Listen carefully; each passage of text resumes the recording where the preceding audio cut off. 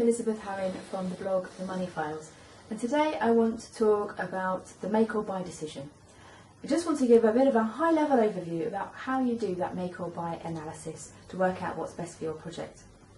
In another video I talked about the advantages and disadvantages of make or buy. Make or buy is where you decide if it's better to build something internally using the resources you already have, or whether it's better to buy that product or service from a third party. So how do you make that decision? Well, for me there are 5 steps, and I want to briefly look at those 5 points to take into consideration today.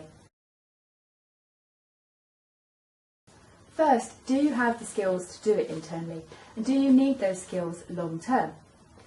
If you don't have those skills, should you get them, or can you put together a handover plan that will allow you to outsource the work, so you're buying in the work, and then your third-party support person or vendor will train your staff so that you do have those skills available to you in the long term.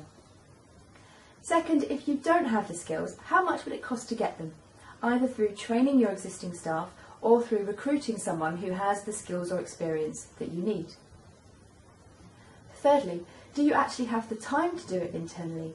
And what would those resources who would be working on that task have to stop working on and postpone so that they could take on this new activity? Typically you'll find that if you outsource the work, a supplier could probably do it faster for you, especially if it is in their area of expertise.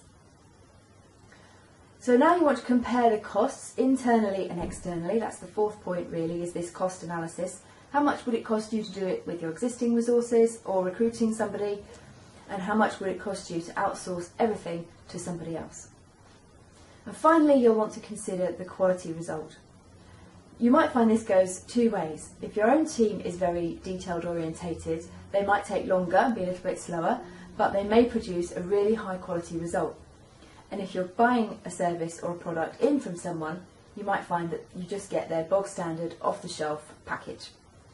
However, it could work the other way. If you don't have the skills or the expertise in-house and you're asking your team to do it, you might find that the quality result isn't quite what you're expecting and you end up with something not quite as good. But if you buy in from a third party, because it is their area of expertise and what they do day to day, it could be a very top-notch product. So those are the 5 things I think you should take into consideration when it comes to a make or buy decision.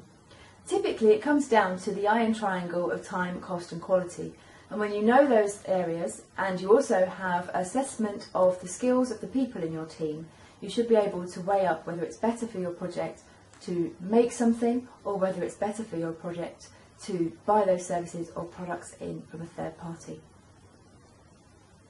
Thanks for watching. I'm Elizabeth Harrin, and there are plenty of other blogs, video blogs on my YouTube channel covering other financial project management topics, so why not take a look.